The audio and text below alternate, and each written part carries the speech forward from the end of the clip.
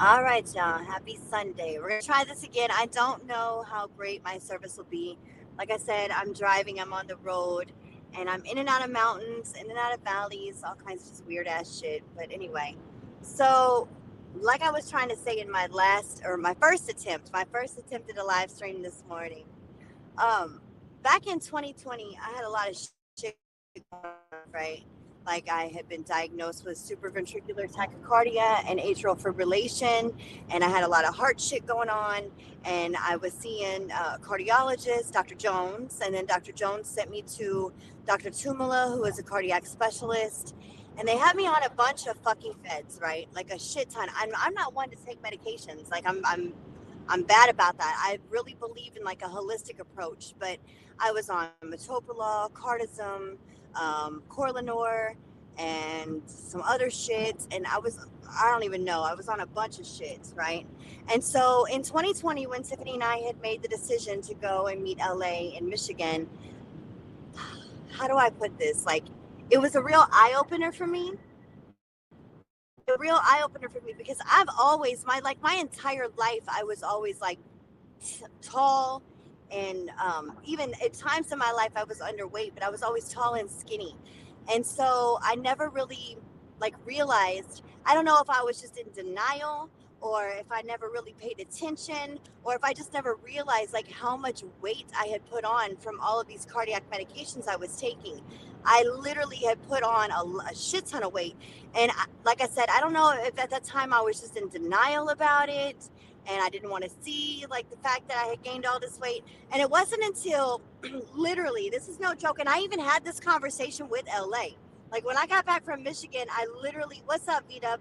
I had this conversation with LA that like when I got back to Kansas City after LA had put out all those videos and photos and shit of me from Michigan, and I actually saw myself for what I truly had looked like at that time, I was not mortified, but I felt awful about myself because I had never looked like that in my whole life. Like I was always like, you can go through my Facebooks. I got three of them. I got three Facebooks, no joke, because I've been hacked so many fucking times. But I couldn't stand the way that I looked. Like I was like, I could not believe, and like everybody who loves me, I guess, didn't have the balls to tell me like, yo, bitch, what the fuck is going on with you? You like done gained like 40, 50 pounds. So I literally, when I got back to Kansas City at that time, I literally like looked at all the medications I was taking and I fucking stopped. Cold turkey. Cold turkey. I just stopped taking all of those fucking heart medications. And so in September of 2021, I had a cryoablation. I had a cryoablation on my heart where they went in through my bilateral growing, and they went up into my heart and they froze out like a section of my heart that was misfiring and was not beating correctly and was causing a lot of my arrhythmia. Now, since 2021, because my heart rate will literally go like resting, like I'm not doing shit. Like this is not when I'm working out. This is literally when I'm sitting and doing nothing. My heart rate will go from like 70 to 140, just automatically on its own. And that's a part of what AFib and SVT is because my heart does not beat regularly. So literally, and ever since I had my ablation, it has definitely improved. Like I don't have nearly as many episodes as I used to. So like I have an Apple Watch, right? And I have my Apple Watch set to where it alarms me if my heart rate goes over 100.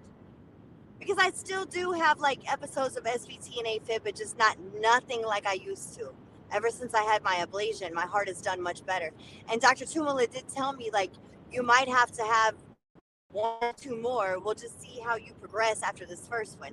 And that motherfucking surgery on my heart was 6 fucking hours. And I was off work for like 45 days. I couldn't do shit, but whatever. So, my whole point to this is I don't give two fucks about what anybody says about anything being photoshopped, AI. I don't fuck with AI. I don't fuck with none of that shit because I don't believe in it. I think that AI is the most stupidest fucking thing they could have possibly have came out with. Even in my job, well, in my job, they started using an AI system that read like certain referrals and shit, but it don't matter. I'm not gonna get into my job.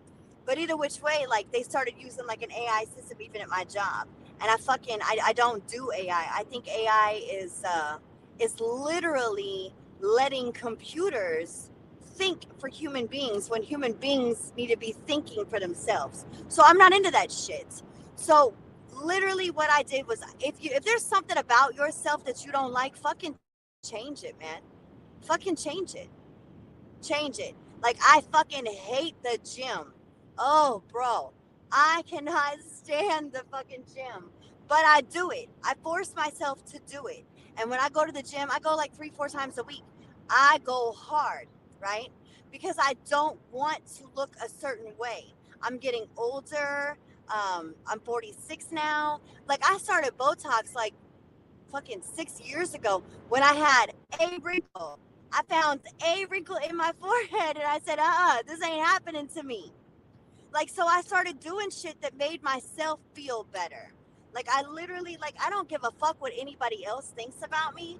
I don't give a fuck if people can say whatever the fuck they want to. I don't give a fuck. I do what I do for me. I love the sun. I will spend every day in the sun that I possibly can. And when I don't have sun, I'll go lay in a tanning bed just to get that UV.